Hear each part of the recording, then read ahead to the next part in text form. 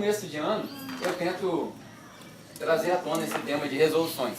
Acho que é importante, eu acredito que a maioria de vocês tem esse hábito, né, de chegar ao final do ano, de olhar para o ano passado. Esse ano, como a gente ficou de férias, eu passei horas e horas na frente do YouTube, vendo vídeos de como analisar o seu último ano e programar o seu próximo ano. Quem aqui fez isso? Alguém aqui fez isso também? Não? Só eu que sou maluco. Enfim, eu escrevo minhas metas tudinho, eu escrevo um monte de objetivos, meus objetivos espirituais, meus objetivos físicos e tal, papá. Aí você começa a fazer aquelas resoluções, né? As resoluções mais famosas. Perder peso. Não tem como, né? Com um café desse não tem como. Ir pra academia. Quem aqui falou, eu vou pra academia esse ano? Quem aqui já falou? Vou pra academia. Eu vou ler livro. O Hassan virou pra mim e falou assim, eu vou ler 8 livros em 2 meses. Mas ele tá existindo. Tá existindo. Então, isso é bom, fazer suas resoluções. Só que eu descobri ao longo do tempo, eu faço isso há muito tempo, desde 2006, eu acho, eu aprendi a fazer isso. Então, todo mês de outubro, você encontrar comigo, você vai ver que eu estou meio em frenesi. Eu estou analisando o ano que passou e programando o próximo ano. E aí eu estou colocando as metas e eu fico outubro e novembro só remoendo aquilo ali. Eu olho de novo, eu falo, Deus, é isso mesmo que você quer? Aí eu tenho o costume de sempre perguntar para Deus o que mais que eu preciso, qual a parte que eu preciso aprender mais da Bíblia e tal, e assim vai. Então, eu descobri ao longo desse tempo, nesses quase 11 anos que eu faço isso, que a maior frustração de todos os seres humanos são as nossas resoluções fracassadas. As resoluções fracassadas. Eu vou para a academia, na terceira semana de janeiro, já não vai mais todo dia, aí já perdeu o ritmo, aí já comeu doce, já quebrou a dieta, por aí vai. Essas resoluções fracassadas. Por exemplo, a Patrícia falou que ia para a academia, ela quebrou o braço de propósito, para não ir na academia mais. Ela quebrou o braço na academia, não pode ir na academia. Então, aí isso quebra o nosso ritmo, né? Brincadeiras à parte, quebra o nosso ritmo, porque a gente não sabe o que fazer. Então eu queria falar contigo a respeito de resoluções. Ano passado, se você olhar lá no YouTube, tem uma série sobre resoluções, mas eu queria falar sobre uma resolução que Paulo teve. Paulo, ele numa visita à cidade de Corinto, ele teve uma resolução fantástica, que eu acho que todos nós podemos aprender um pouquinho com ela. São 5 linhas, é bem simples, e a resolução dele está em 1 Coríntios, no capítulo 2, no versículo 1 ao 5. Se você tiver sua Bíblia aí, você pode abrir. 1 Coríntios, capítulo 2, versículo 1 ao 5. Paulo, essa história, se você quiser entender o contexto da história inteira, você pode chegar em casa e ler Atos, capítulo 18. Paulo estava nas viagens missionárias dele, se não me engano, na segunda, e aí ele passa pela cidade de Corinto. E aí ele vai na casa de Priscila, vai na casa de Áquila e tal. E aí nesse movimento, o movimento foi tão forte, né? Paulo pregou o evangelho de tal maneira que até o cara que era o chefe da sinagoga se converteu. É como se o padre ali descesse da igreja e falasse assim, eu me converti. Então o chefe da sinagoga se converteu, deu um certo tumulto. Se você procurar nos livros históricos, você vai ver que rolou uma perseguição ali por causa disso. Então, rolou um avivamento? Sim, mas não foi um avivamento desses que a gente ouve falar que é só multidão, que é só gritaria. Na verdade, o avivamento que aconteceu ali foi perseguição, morte, sofrimento. Esse foi o avivamento que aconteceu. E Paulo, nessa cidade de Corinto, ele fala para eles essa resolução que ele teve, que está aí na carta que você abriu. Eu vou ler para não cometer nenhum erro, nenhuma gafe, mas eu vou ler aqui, se você quiser ler comigo. 1 aos Coríntios, no capítulo 2, do versículo 1 ao 5. É a resolução que Paulo teve para com os coríntios. Ele disse o seguinte, eu mesmo, irmãos, quando estive entre vocês, não fui com discurso eloquente e nem com muita sabedoria, para lhes proclamar o mistério de Deus. Não que sabedoria seja errado, mas Paulo diz, eu não cheguei para vocês com palavras bonitas, eloquentes, discursos maravilhosos. Não, não foi assim que eu fui. E aí ele continua, pois decidi nada saber ou conhecer, essa palavra aí, na verdade ela significa entender. Paulo diz, eu escolhi, eu resolvi não entender nada entre vocês, a não ser, o quê? Cristo. E Cristo crucificado. Então Paulo teve uma resolução, ele chegou aos Coríntios e falou, ó, eu escolhi, quando eu cheguei no meio de vocês, eu não quis saber de nada. Eu não quis entender nada, eu não quis entender o contexto de vocês, eu não quis entender nada. Eu cheguei e preguei a mensagem de Cristo e Cristo crucificado, só isso. E aí ele continua, ele vai mais a fundo. E foi com fraqueza, temor e com muito tremor que estive entre vocês. Se você ler Atos 18, você vai entender a questão da perseguição, vai entender que Paulo já tinha sido espancado algumas vezes, perseguido, por aí vai. Então ele chegou num momento de fraqueza. Paulo não foi aquele super apóstolo que chegou num carro importado e cheguei, agora eu vou pregar. Não. Ele chegou e ele teve que ser ajudado pelos irmãos. Nesse ponto da história, Lucas já caminhava com ele, a partir de Atos 11 ou 12, se eu não me engano, Lucas já caminhava com ele, curando e tratando das feridas de Paulo. Quando Paulo era chicoteado, Lucas ia atrás fazendo os curativos. Quando Paulo era espancado, Lucas ia atrás fazendo os curativos. A ideia que você precisa ter é de alguém que, sendo bem esdrúxulo, para você entender, suponha que teve um baile aqui no Moarama, por exemplo, onde a gente fazia culto antigamente, e aí um cara arrumou uma confusão lá, e umas 15 pessoas juntaram de bolinho nele e desceram a pancada dele. E aí o cara tá todo quebrado, cheio de roxo, talvez com alguns ossos quebrados, eu não sei, olho roxo, o cara não conseguia enxergar. Assim ele chega na cidade de Corinto. E ele fala, não foi o poder e eloquência, eu cheguei desse jeito. E vocês me receberam bem. Engraçado que ele fala, vocês me receberam bem quando eu fui até ele. Ele foi no pior estágio que ele podia estar, e eles o receberam bem. E aí ele continua, foi com temor e muito tremor que estive entre vocês. A minha mensagem e a minha pregação, note que há uma diferença, a gente vai falar sobre isso aqui.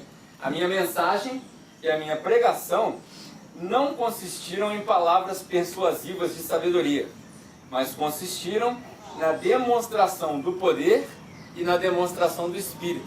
Talvez na sua Bíblia aí esteja escrito na demonstração do poder do Espírito. Isso é uma tradução errada. Na demonstração do poder de Deus e do Espírito de Deus. E aí ele continua. Para quê? Paulo tem uma finalidade para tudo. Para quê? Para que a fé de vocês não fosse baseada em sabedoria humana, mas fosse baseada no poder de Deus. Essa é a resolução de Paulo. Paulo resolveu não saber, não entender nada, além de Cristo e Cristo crucificado. E aí eu quero ressaltar algumas coisas bem breves, para você poder refletir comigo. Primeiro, ele resolveu conhecer ou entender Cristo. Ele não fez questão de pensar, por exemplo, deu um problema aqui na nossa quitanda, o cara roubou não sei o quê. Não, irmãos, se vocês entenderem Cristo e Cristo crucificado, nada disso vai acontecer. Ele escreve uma carta aos Coríntios para corrigir um monte de coisa, de fato. A carta de Coríntios é rica em doutrina, mas a base é a cruz. Tanto que Paulo fala logo no primeiro capítulo da carta, ele fala que a mensagem da cruz, ela é escândalo para alguns e salvação para outros. Para aqueles que estão sendo salvos, ela é vida. Para aqueles que estão sendo ou estão perecendo, ela é morte. Ela tem cheiro de morte, ela tem cheiro de enxofre. É isso que Paulo fala. Então Paulo ele resolveu escolher só Cristo, conhecer só Cristo, entender só Cristo. E isso talvez seja uma boa resolução para nós. Amém. Vamos resolver só Cristo. Sabe um negócio que eu, nessa minha viagem aí de ver algumas coisas, eu vi um monte de gente falando sobre resoluções. Por exemplo, as dicas que eles dão. Você vai botar metas para vocês? Estabeleça uma meta maior do que a sua expectativa. E aí, se você errar, você vai bater a sua expectativa. Todos esses são conselhos muito práticos, mas não levam a lugar nenhum. Espiritualmente falando, não leva a lugar nenhum. Então até eu ouvi um bom conselho. O cara falou assim, foca na qualidade e esquece a quantidade. Eu vou ler 30, eu vi um post dessas séries de um cara, formação de obreiros da igreja XYZ, não lembro o nome da igreja. O cara precisa ler 37 livros. 37 livros em um ano, até eu que sou viciado em leitura, eu acho que é um pouco demais. Mas tudo bem, o cara vai ler. Mas será que ele vai conseguir absorver toda a informação? Será que não era melhor ler 5 bem lidos? Talvez você fale assim, não, esse ano eu vou ler a Bíblia inteira pela primeira vez. Eu vou ler a Bíblia inteira, eu vou começar em Gênesis e vou terminar em Apocalipse. Não, você leu o Evangelho de João umas 3 vezes bem lido, você já vai pegar uma boa mensagem.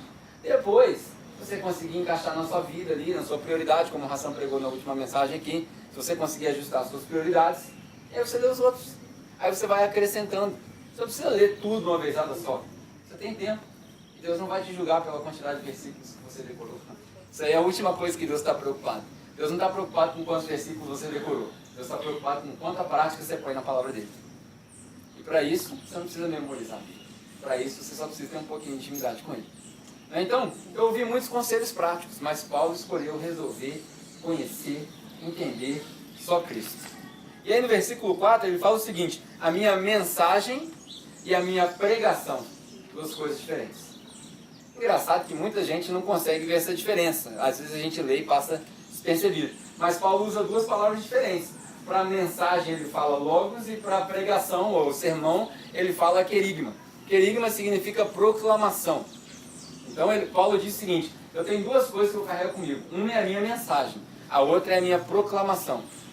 Basicamente você pode entender o seguinte: todo mundo, todos nós aqui, nós temos uma mensagem. Todos nós carregamos uma mensagem. Todos nós. E todos nós temos vários sermões. Eu, por exemplo, eu carrego uma mensagem. Vou te dar o meu exemplo. Se você parar para conversar comigo, e de repente você não frequenta a mesma igreja que eu, não sei que você frequenta a igreja, provavelmente, em 5, 10 minutos de conversa, você vai ouvir falar de Jesus. Provavelmente. Pode ser que eu esteja num dia ruim e demore mais um bocadinho. Mas, normalmente, numa conversa comigo, você vai ouvir eu falar de Jesus. Alguma coisa eu vou... Se eu ver que o cara não é de igreja, eu vou dar aquele passo, dar aquele verde para ver se colhe maduro. E aí eu vou falar de Jesus. Normalmente é assim. Só que eu tenho vários sermões. Vários. Eu preguei aqui no último ano, eu devo ter pregado umas 40 vezes. Todos eles falam a respeito de Jesus, mas são sermões diferentes. É a proclamação do Evangelho. Então, às vezes você proclama o Evangelho de maneira diferente, mas a mensagem é sempre a mesma. A mensagem é sempre Jesus. E aí Paulo, ele faz um negócio interessante que eu acho que você nunca reparou nisso. Você pode ter lido Coríntios 20 vezes. Eu tenho quase certeza que você nunca reparou nisso. Estou falando isso porque eu nunca tinha reparado nisso, nesse texto aqui. Paulo diz o seguinte: a minha mensagem e a minha pregação não foram eloquentes, mas foram a respeito de Cristo. Se você desconstruir esse texto aqui na língua original, você vai ver ele falando Cristos, e você vai ver ele falando da proclamação dele, você vai ver ele falando de Jesus, e você vai ver ele falando da cruz, desde o primeiro capítulo de Coríntios. Então, basicamente, ele desenvolveu um negócio que a mensagem dele era Cristo. E a pregação dele era a cruz. A mensagem era Cristo. Tudo é a respeito de Cristo. Mas a pregação que ele trouxe aos Coríntios era a respeito da cruz. Tanto que ele falou no primeiro capítulo: a mensagem da cruz é escândalo para alguns, salvação para outros. Então, basicamente, Paulo, ele escreveu uma mensagem aos Coríntios dizendo: creiam na cruz de Cristo. Conseguiu pegar a ideia aqui? A mensagem que Paulo escreveu aos Coríntios, tanto que no capítulo 15, no final da carta, ele fala assim: ó, se a gente não crê na ressurreição de Cristo, e se teve ressurreição é porque teve cruz, se a gente não crê na ressurreição de Cristo, a nossa fé é em vão. Então Paulo, ao longo da carta inteirinha, ele fala: creia na cruz de Cristo. Sabe o que virou isso na nossa língua portuguesa? Virou uma expressão que você nunca ligou com a Bíblia aqui. É a expressão cruz credo. Então a mensagem de Paulo era cruz credo. Nunca você viu isso? Alguém aqui já tinha falado isso? Não. Cruz credo. Porque credo, quando a gente fala o credo dos apóstolos, o que é o credo dos apóstolos? É o conjunto de frases e de definições que eles resolveram crer juntos. Conjunto de crenças. É o credo dos apóstolos. Creio em Deus Pai, Todo-Poderoso, Criador dos céus e da terra. Todo mundo já fez catequismo, sabe isso aí, né? Então, o credo é isso. E ele fala credo, cruz, Cristos. Credo, cruz, Cristos. A expressão cruz credo, para quem não sabe, ela foi originada no meio dos cristãos, sabiam? Quando o cristão viu um negócio que dava horror nele, assim, supersticioso, né? O cara supersticioso, viu um negócio que dava meio horror, o cara ficava com medo, ele falava cruz credo. Porque ele cria que quando ele falava cruz credo, ele estava declarando que ele cria na cruz, portanto aquilo não tinha poder contra ele. Muda completamente a conotação da nossa expressão em português, não muda? Cruz credo. Então, quando alguém falar para você assim, qual que é a mensagem de Paulo? A mensagem de Paulo é cruz credo. Cruz credo. E tem razão, Pedro fala nas cartas dele, no capítulo 5 da primeira carta, Pedro fala assim, ó, Paulo prega uns negócios que é difícil de entender. É difícil de entender o que ele prega, mas é bom para nós. Basicamente, se você perguntasse para Pedro, Pedro, o que você acha das mensagens de Paulo? Cruz credo. Negócio lá é forte. Então essa é a mensagem de Paulo. Isso aí está no versículo 4. Paulo demonstrava aquilo que Jesus ensinava. Quando ele fala creia na cruz de Cristo através da mensagem dele, ele demonstrava aquilo que Cristo ensinava. Tanto que ele fala logo ali depois, na segunda parte do versículo 4, ele fala: eu não vim para vocês, a minha mensagem, a minha pregação não foi com um discurso eloquente, foi com uma demonstração. Você conseguiu pegar isso aí no seu texto? foi com uma demonstração. O que é demonstração? Ele mostrava o poder de Deus. Ele mostrava aquilo que Cristo ensinava. E aí você precisa entender como que você faz para mostrar aquilo que você entendeu. Como que você faz para demonstrar? Você não precisa mostrar para mim. Você precisa mostrar para Deus. Deus não vai te julgar por você fazer ou não fazer. Mas se você recebeu o Espírito, como a gente lê nas outras cartas de Paulo, se você realmente morreu com Cristo, se você ressuscitou com Cristo, é natural que você passe a viver de acordo com o Espírito e deixe a viver de acordo com a carne. Então, tem algumas coisas que, por exemplo, você pode notar. É natural que você passe a amar a Deus nas suas demonstrações. Não adianta só falar. Por isso que Tiago fala, a fé sem obra é morta. Não adianta só falar. A gente tem que demonstrar. Não que a sua demonstração vai te levar a lugar nenhum, mas é natural nosso. Então você tem que demonstrar, como Paulo demonstrou que você ama Deus. Como é que você demonstra que ama Deus? Vou te dar uma dica básica para a sua resolução. Você pode ler Bíblia e você pode orar. Então fácil, né? Separa um tempinho do seu dia e vai ler Bíblia e vai orar. Tá aqui um conselho fantástico. Esse ano a gente vai estudar a carta aos Gálatas. São 6 capítulos. No nosso calendário estão lá 16 semanas de Gálatas. É a nossa série expositiva, todo mundo gosta. Né? Fantástico. Lê Gálatas. Você tem uns 3 meses para ler Gálatas. 4 meses para ler Gálatas. Lê, relê, estuda, pega comentário. Eu estou indo atrás de um monte de comentário, vai ser fantástico. Lê Gálatas. No final do ano a gente falou para a galera, lê Colossenses, lê Gálatas. Então lê Bíblia. Separa aí 5 minutinhos do seu dia. Faz um planinho devocional. O Ração, não sei se o Ração montou a banca dele lá, mas tem pelo menos 3 livros que você pode usar de devocional. Tem o Talmidinho azulzinho, tem um por semana, tem o Sobreviver. São 365 lições a respeito do livro de Provérbios. Uma para cada dia. Sabedoria para o dia a dia. Olha só, fazendo propaganda da EGN sem ganhar nada. Vou mandar uma mensagem para ele, estou fazendo propaganda. Enfim, como é que você demonstra que você ama Deus? Leia a palavra, ore, passe um tempinho com Deus. Ah, mas eu começo a trabalhar às 6 horas. Pô, 5h55 você faz uma oração. Simples. Como é que eu vou falar que eu amo a minha esposa se eu não converso com ela? Como é que eu vou falar que eu amo você se eu não converso com você? Só te vejo aqui domingo? Isso aí não é conversa. Isso aí não é comunhão. Eu preciso ter comunhão com Deus. Naturalmente, você vai aprender a amar Deus, demonstrar que você ama Deus. Você vai aprender a demonstrar que você ama o próximo. Porque não é esse o mandamento de Cristo, amar Deus, amar o próximo. Certo? E ele até intensifica a palavra. Amar o próximo como eu amei vocês. A ponto de se entregar por vocês. Como é que eu faço isso? Como é que eu ponho isso em prática? Você pode, por exemplo, ter comunhão. Um ótimo exemplo, uma ótima ferramenta para você começar é o Conexão. Pô, acha um Conexão aí e encontra com a galera durante a semana. Cria amizade, ora um com o outro, conversa um com o outro, troca mensagem, vai no cinema junto. Quem gosta de sair, sai junto, vai comer costela junto, faz as coisas junto, aleluia. O Ítalo já comeu as 4 costelas comigo nessa festa. Pra comer costela. É o Frederico, eu estou pagando pro Frederico. Só ligar pro Frederico, o Frederico está fazendo jabá aqui no jeito. Sai para comer junto. Se a gente não fizer isso, se a gente não criar amizade, a gente nunca vai conseguir ser igreja. Só isso aqui não é igreja. Só isso aqui é uma reunião estratégica para ouvir uma palavra. Isso aqui não é igreja. A igreja é quando nós vivemos juntos. Amém. A gente precisa disso. Então, quer ver um exemplo para amar o próximo? Está lá atrás do Tarcísio lá. Toda segunda-feira eles saem para a rua e eles vão entregar alimento e roupa e algumas outras coisas para os moradores de rua. Toda segunda-feira. Se você quiser arrumar um jeito de demonstrar o seu amor pelo próximo, procure o Tarcísio. Hoje tem meu irmão aqui que trouxe uma muda de roupa, me contactou na internet. Vocês têm programa social aí? Eu falei, tem. Nem sei se tem, nem sei se o Tarcísio está fazendo esse negócio. Tem. Se não tem, a gente arruma. Ele trouxe a bolsa, deu o Tarcísio. Por quê? Porque tem gente que precisa. Você vai aprender a demonstrar a amar a igreja. O que é amar a igreja? A gente fala aqui que a capela é a igreja para quem não gosta de igreja. Por que isso? Por que é a igreja para quem não gosta de igreja? Porque tem muita gente machucada com a instituição, que nunca mais vai pisar o pé na igreja, ou nunca vai pisar o pé na igreja porque acha que conhece, mas gostaria, está procurando. Tem muita gente em busca de uma resposta e não sabe que a resposta é Cristo. Essa aqui é uma das respostas para essas pessoas. Por isso que a gente fala que é a igreja para quem não gosta de igreja. Mas aqui, ó, não tem ninguém aqui que detesta a igreja. Todo mundo aqui ama a igreja. Não é verdade?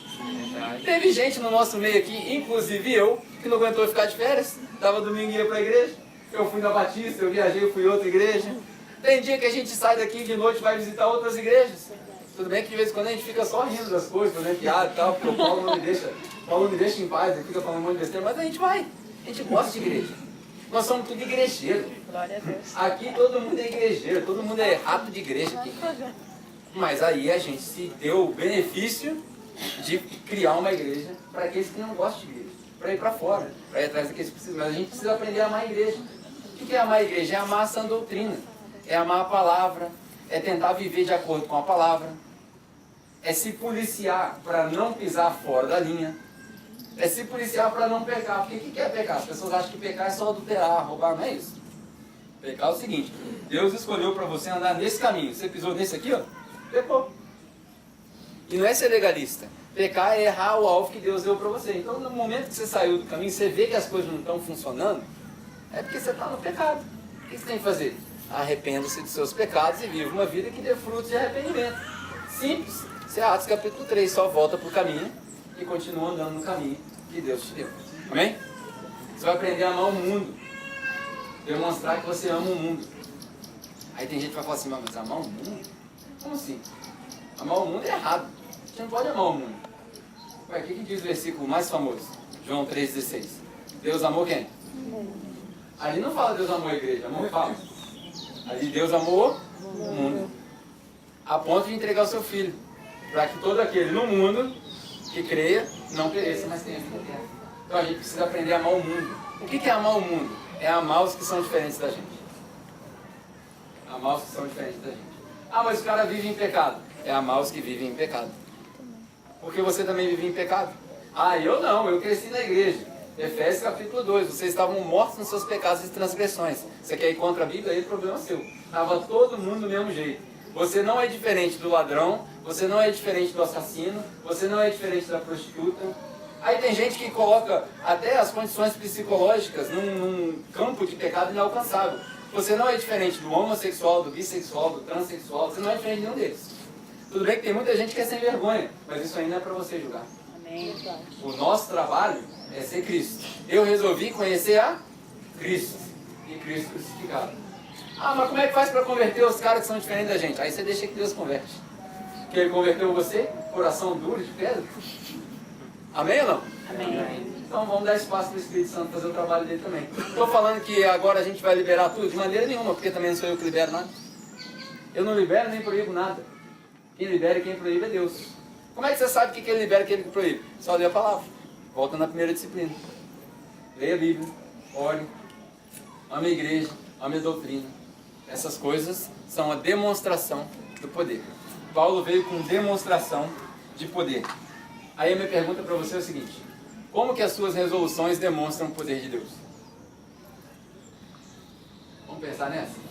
Você escreveu seus objetivos lá, o plano: eu quero melhorar minha carreira, eu quero, enfim, encontrar um trabalho diferente, eu quero casar esse ano. Tem gente que fez essa resolução. Já tem gente lá atrás, assim, aleluia, nada. Enfim, como que as suas resoluções demonstram a Deus? Demonstram o poder de Deus? Apertei agora, né? Ela tá rindo aqui, ó. A Josi falou que tem 1000 anos pra escrever que quer casar. 1000 anos que ela está escrevendo que quer casar. Deus não está ouvindo essa oração. De repente cada um tem um propósito. Mas enfim, como que as suas resoluções demonstram o poder de Deus? Como que as suas resoluções demonstram o Espírito de Deus? O que você fez para 2018? Escrevi minhas metas para 2018. Como que isso demonstra o poder de Deus? Essa é a pergunta que eu vou deixar para você fechar. Paulo escolheu, resolveu entender a respeito de Cristo e nada mais de Cristo. Para quê? Está aí no seu versículo para a gente fechar. Para quê? Para que a nossa fé não fosse baseada em sabedoria humana.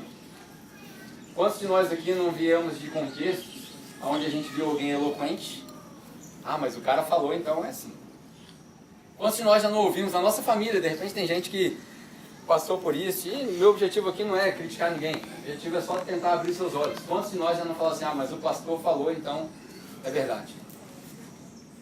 Isso não pode acontecer. Porque Paulo, quando veio aos Coríntios, ele falou: eu não vim para vocês com palavras eloquentes, eu vim com demonstração. Quer demonstração maior do poder de Deus do que a conversão de um pecador? Não tem.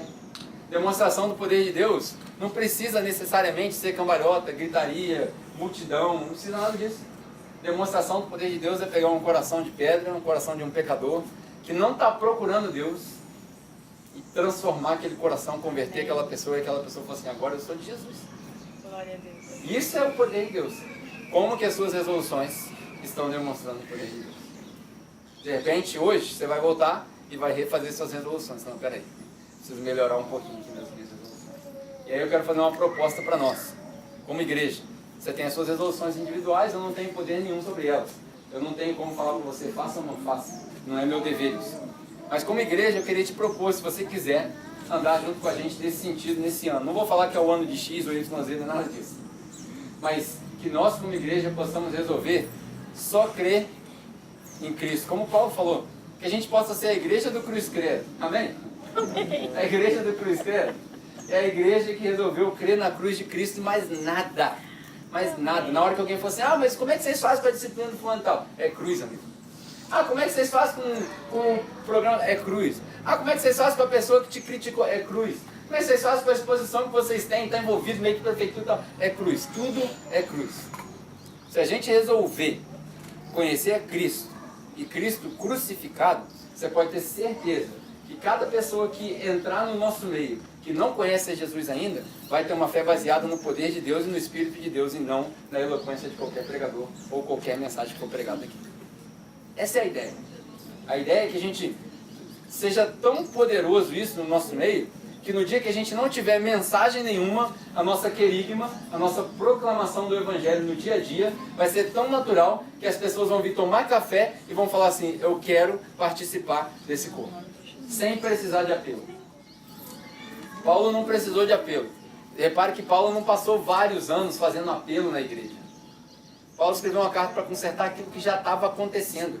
Eles testemunhavam a respeito de Cristo e as pessoas vinham e participavam. Eles se dedicavam aos ensinamentos dos apóstolos, à comunhão, ao partir do pão e à oração. E naturalmente, dia a dia, Deus ia acrescentando aqueles que iam sendo salvos.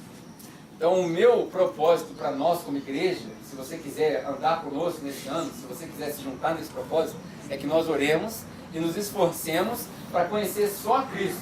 Para no final do ano a gente ter que comprar outra tenda, sem precisar fazer apelo nenhum. Para a gente falar assim, olha, na nossa igreja tinha 100, agora tem 200, e a gente não sabe de onde veio, não sabe como veio, não sabe por que veio. Sabe que os caras estão aí, que nós estamos vivendo a igreja. Aleluia. É isso aí. Amém? Amém. Então, fica aí essa mensagem para você. Talvez você ainda não tenha se decidido a andar com Cristo de verdade. Eu não vou te expor, não quero te expor. Esse não é o meu objetivo. Que você possa pensar nessas coisas, voltar para casa, de repente conversar com a pessoa que te trouxe, ou se você tiver alguma dúvida, fique à vontade, mas leve essa mensagem. A solução, a resolução melhor que você pode ter em 2018 é conhecer Cristo e Cristo crucificado.